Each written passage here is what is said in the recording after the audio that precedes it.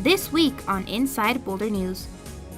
Boulder City Council takes a unanimous vote on the ban of assault weapons within city limits. An important deadline for rental property owners in Boulder is fast approaching. And thousands of fifth graders learn about the importance of this valuable resource. Welcome to Inside Boulder News, your source for all things Boulder. I'm Jocelyn Avendaño.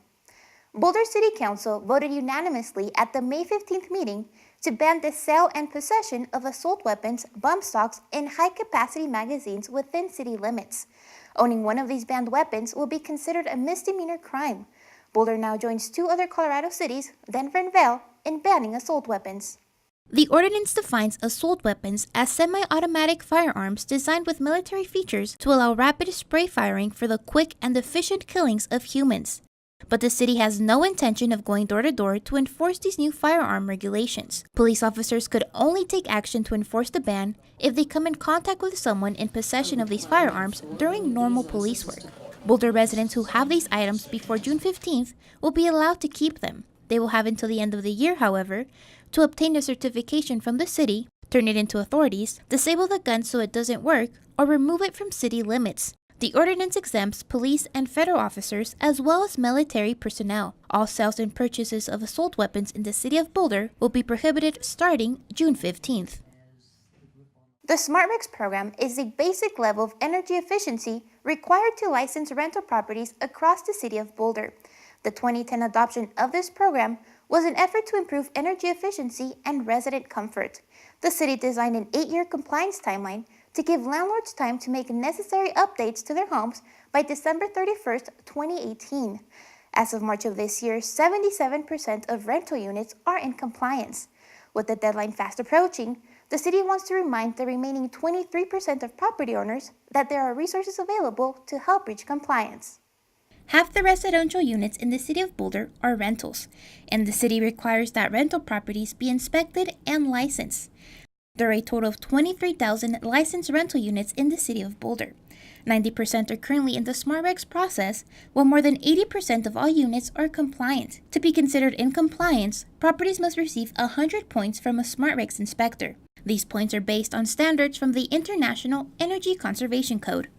What the inspector does is they'll walk through the house, look at the windows, look at the heating and cooling system, look at the insulation in the ceilings and walls and crawl space if there is one. For those who aren't in compliance, there are resources available. The City of Boulder and Boulder County has provided Energy Smart, which is a residential energy efficiency services with energy advisors and financial incentives available for homeowners and property owners that want to or have to upgrade their property. According to the City SmartRegs report, the most common upgrades properties have to undergo are insulating attics, walls, and crawl spaces. Those upgrades cost about $3,000 to reach SmartRegs compliance. But what happens if property owners don't meet the December 31st deadline?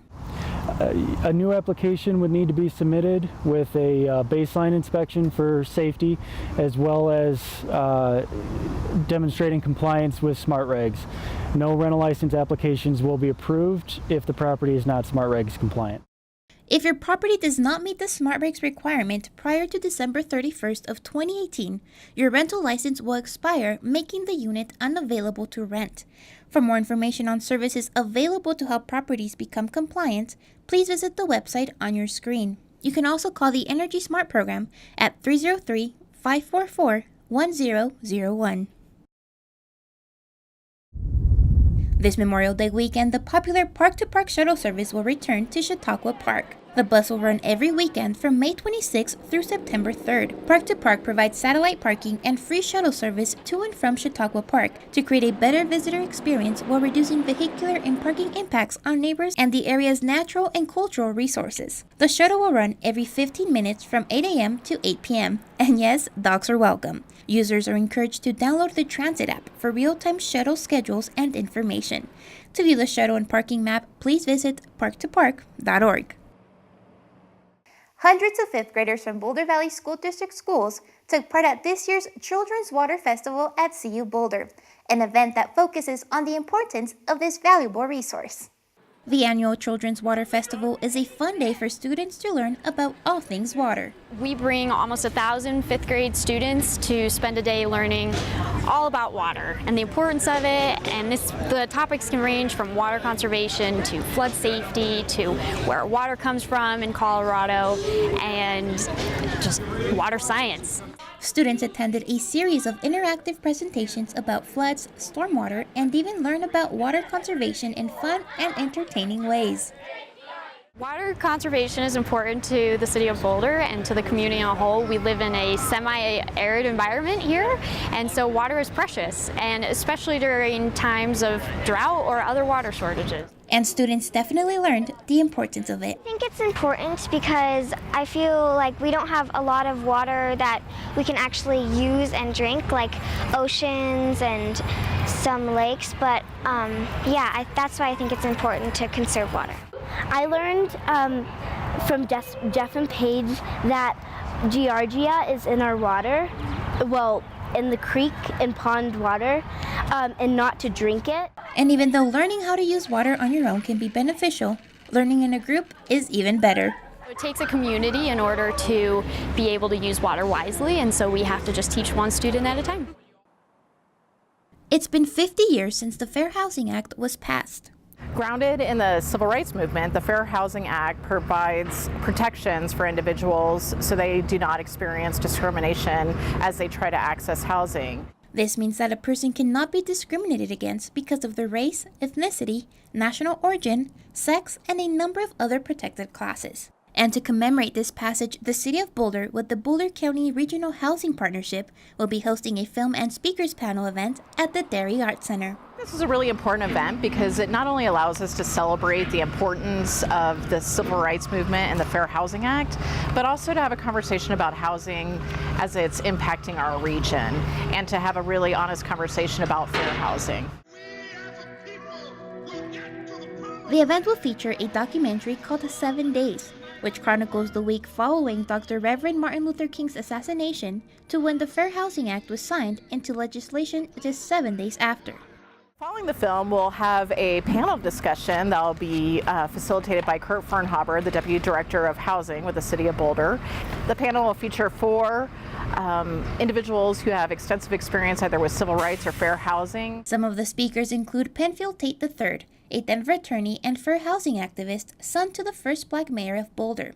The panel will also feature Carmen Ramirez, a community activist based in Longmont. We'll have the opportunity to hear from Dick Williams, who had the opportunity to not only be friends with Dr. King, but also march alongside him in the civil rights movement. The event will be held on Monday, May 21st from 6:30 to 8:30 p.m. at the Dairy Arts Center. To get tickets or for more information on Monday's event, please visit housingourcommunity.org. After a year-long construction, the brand new Museum of Boulder is now ready for patrons to step foot inside on May 19th.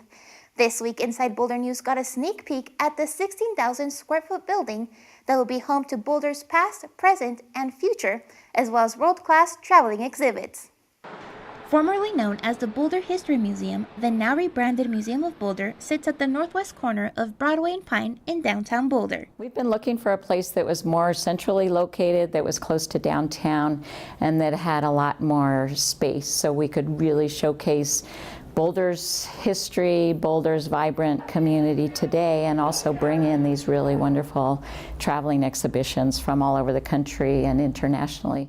Partially funded by the city, the 3-story building offers a spectacular view from its rooftop terrace, plus a lower level that will soon be dedicated to a children's museum, with plans of making the upper level the Boulder Experience, which will be all about Boulder from the very early history of the community, the story of the Native Americans who inhabited this area prior to white settlement, all the way up through the founding of the university. That gallery will actually be opening permanently in November. For its grand opening this Saturday, Da Vinci machines will be featured, an interactive exhibit that brings Da Vinci's drawings to life.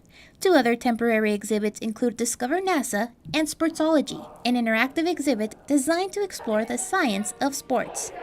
This is really a place about our community, for our community, and we want everyone to feel welcome here. And we hope that people will come, bring their families, bring their friends, and come frequently because things will be changing frequently as well. The Boulders Museum grand opening will be Saturday, May 19th from 1 to 5 p.m. with a ribbon cutting ceremony and lots of activities for kids and adults. For more information, please visit museumofboulder.org. Thank you so much for joining us on this week's edition of Inside Boulder News. If you have pictures, news tips, or events you'd like to see featured, we love to hear from you. Connect with us on Facebook and Twitter. You can also sign up to receive video updates right in your inbox. Just go to boulderchannel8.com and click on subscribe. Have a good week.